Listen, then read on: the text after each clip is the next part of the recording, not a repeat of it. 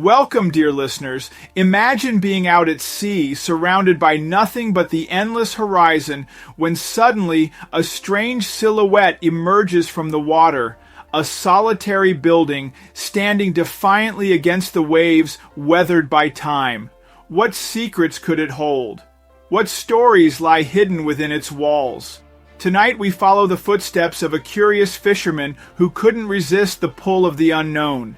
Stay with us as we uncover a tale of mystery, discovery, and the unexpected dangers that come with chasing the allure of the unexplored. Out at sea, a fisherman named Jack came across an unusual sight, a solitary abandoned building emerging from the ocean's surface. Its presence in such a remote location piqued his curiosity, prompting him to venture closer. The building, battered by time and weather, stood as a silent sentinel with a story yet to be told. Compelled by a mix of intrigue and caution, Jack decided to explore the building, unaware of the historical significance of what he was about to uncover. Jack hesitated when he started to steer his boat in the direction of the strange building that just seemed to appear out of the sea. But before we start, smash the like button, make sure to subscribe if you haven't, and hit that notification bell so that you won't miss any new stories. It was already very late, and night was starting to fall. He was actually on his way back to shore at that moment, back to his hotel, and Jack knew that the wisest decision was to just stick to that course. But this building was just drawing him in somehow. Maybe this building was private property or something. He already had trouble enough in the States. He did not need any more in France. He had wanted to go under the radar here as much as possible, posing as a simple fisherman on a one-man boat. Getting into the strange fort was a big risk he should not be taking, but he was already turning the wheel of the boat. When his little boat made it to the side of the building, it was much larger up close than he had expected from a distance. Jack saw that the first row of window openings was actually quite high up. He could maybe climb the walls, but they were made really slippery by all the algae that had been growing on them for what could be decades. He also needed to find the best window opening to use. Most of them had bars in front of them, but Jack quickly spotted one that was busted up enough for him to probably be able to climb through. But how was he going to reach it? He would need to get a bit creative, and luckily, it just so happened that breaking into buildings was one of Jack's specialties.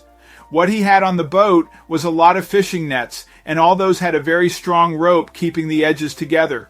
So he cut them from one of those nets and tied a large metal hook to the side of it. Then he started to throw the hook in the direction of the window over and over again. After about half an hour of trying, and Jack completely burning his arms out, he finally managed to hook something in the window, and the rope was secured. When he finally made his way into the building, it was even darker than he had anticipated. He used the flashlight on his phone to check around the room and quickly noticed that every movement swept up a layer of dust. It was clear that nobody had been here in a long time, and the room was filled with a lot of interesting items. There were a lot of big things covered with old tarp. When Jack pulled it off, he saw a lot of old cannons. Suddenly he started to better understand what this building was used for. It was most likely a fort of some sort used to defend the coastline from enemies. But these cannons were not the only strange thing Jack was going to find in this building. Jack wanted to go to the next room. His mind started to race with other things he could find here and potentially take. But the door leading out of this room was locked, and it did not look like he could just break it down easily. Jack started to go around the room. There had to be a way out of here. He started going past the walls and quickly noticed that not everything was as structurally sound as it was when it was built. Some bricks had gotten a bit loose, and with a few firm hits they actually managed to break loose. This was Jack's way out of here. He started meticulously taking stones out of the walls until there was a hole in the wall big enough for Jack to crawl through. He had already been shining his flashlight through it beforehand to see what was on the other side. The room was mostly empty by the looks of things, but the door leading out of that room was actually open a bit. Jack squeezed his body through the hole and then quickly made his way to the door. He slowly opened the door to see if there was anybody or anything there waiting for him, but all he saw was the center of the fort, almost like a big arena. Jack's eyes widened as he took in the scene before him. The room was an improbable blend of history and modernity. Ancient military helmets lay scattered near sleek, unfamiliar gadgets that hummed softly in the gloom. This bizarre collection stirred in Jack a sense of wonder and confusion. How could such contrasting eras coexist in this forgotten space? Each artifact told a story, though the narrative was fragmented and enigmatic. Jack felt like a detective deciphering clues from the past and present. As Jack delved deeper, the dimming light of the setting sun cast elongated shadows, transforming the mundane into the surreal. Shapes morphed and danced on the walls, blurring the lines between reality and illusion. Jack felt himself slipping into a world that was both familiar and utterly alien. As Jack ventured further, his flashlight beam fell upon an object that made his heart skip a beat. Tucked away in a shadowed corner lay something completely unexpected. Its presence was inexplicable in this ancient fortress. His mind wrestled with the decision to involve the authorities, a battle between his inherent curiosity and a sense of civic duty. With a heavy heart, Jack conceded to his conscience. He reached for his phone, feeling the weight of responsibility. In the dim, eerie light, Jack dialed the number, his fingers unsteady. His voice, when he finally spoke, seemed to him both alien and distant, a stark contrast to the silence he had grown accustomed to. The fort's walls absorbed his words, leaving Jack feeling more alone than ever. As the phone call ended, a tide of doubt washed over Jack. He replayed the conversation in his mind, each word amplifying his uncertainty. The realization hit Jack like a cold wave. He could be arrested for this. Images of handcuffs and prison cells flooded his mind, fueling a growing sense of panic. His heart raced as he imagined the legal consequences.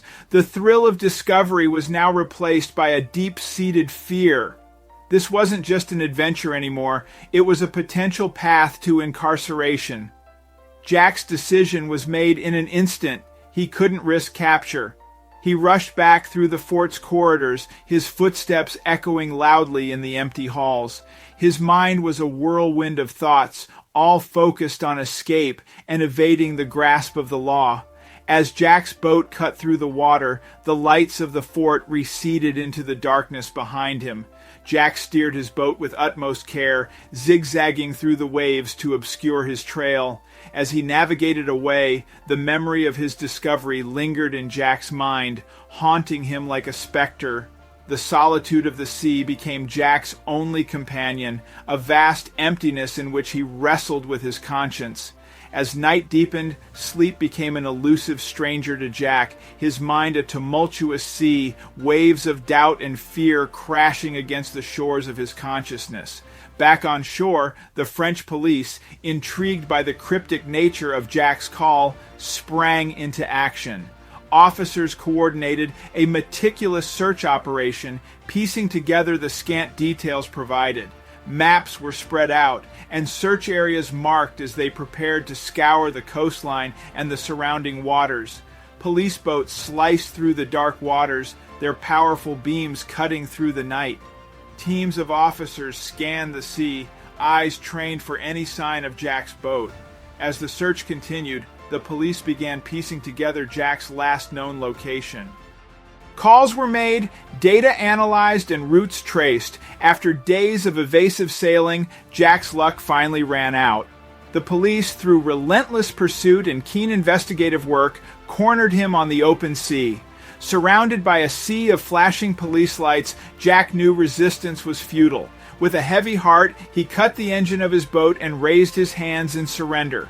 Once in custody, the police formally accused Jack of trespassing and causing property damage. These accusations stung, frustrating him deeply. He tried to explain the innocence of his intentions, but the words seemed hollow even to his ears. The reality of the legal implications of his adventure began to loom large, overshadowing the thrill and curiosity that had initially driven him to the fort. Handcuffed and escorted away, Jack's head hung low, his heart heavy with regret. In the interrogation room, the air was thick with tension as Jack faced his interrogators. Their scrutinizing gazes bore into him, each glance a silent accusation. The investigators' expressions were unreadable, their demeanor professional yet distant, setting the stage for a confrontation where every word would count. The intensity of their scrutiny was relentless, and Jack could feel the weight of their disbelief adding pressure to his already burdened conscience. As Jack recounted his story, the reality of his predicament became increasingly clear. With each detail he revealed, he could sense the gravity of his situation. The officers' reactions ranged from incredulous to concerned, their faces a mirror to the seriousness of the allegations against him. Jack's narrative, while truthful, seemed to weave a web that tightened around him. The consequences of his actions loomed ever larger. Jack found himself in an uphill battle to prove his innocence. The evidence against him was mounting, each piece painting a picture that seemed to incriminate him further. Alone in his cell, the reality of his situation sunk in. The four walls around him were a stark contrast to the open sea and the freedom he had enjoyed. Jack replayed the events in his mind, tracing the path that had led him here. Each choice, each decision, now seemed like a step in an inevitable journey to this moment. Sitting on the hard cot, Jack grappled with a mix of regret and resolve. He regretted the decisions that brought him here, but was resolved to learn from this experience. As the days passed, Jack braced himself for the legal process to unfold. Each passing moment was a step closer to learning his fate. During the interrogation, an officer casually mentioned the name Fort Boyard, a phrase that sparked Jack's curiosity. He learned that the fort was not only a historical monument, but also a site for entertainment shows. The knowledge that he had trespassed into a place of both historical and cultural significance added a new layer to his already complicated situation. In the end, his real-life escapade had intersected with the imaginary world of television in the most unexpected way. One of the officers, seeing Jack's confusion, explained further about his find in Fort Boyard. The room where Jack had felt an eerie presence housed sleeping tigers used as dramatic props for a television show. This detail stunned Jack, realizing he had been mere steps away from these majestic but potentially dangerous animals. The knowledge that he had unknowingly shared a space with tigers added an intense, almost unbelievable twist to his story. He pondered the fine line between curiosity and recklessness, realizing that his quest for discovery had almost led him into a potentially life-threatening situation. This reflection brought a sobering perspective to his journey, making him more aware of the unforeseen hazards that can lurk in the pursuit of adventure. Despite the legal ramifications he now faced, Jack couldn't help but acknowledge the uniqueness of his experience at Fort Boyard. His story, filled with mystery, discovery, and unexpected twists, was something extraordinary. The blend of historical exploration and inadvertent involvement in a modern-day television production was a tale few could claim.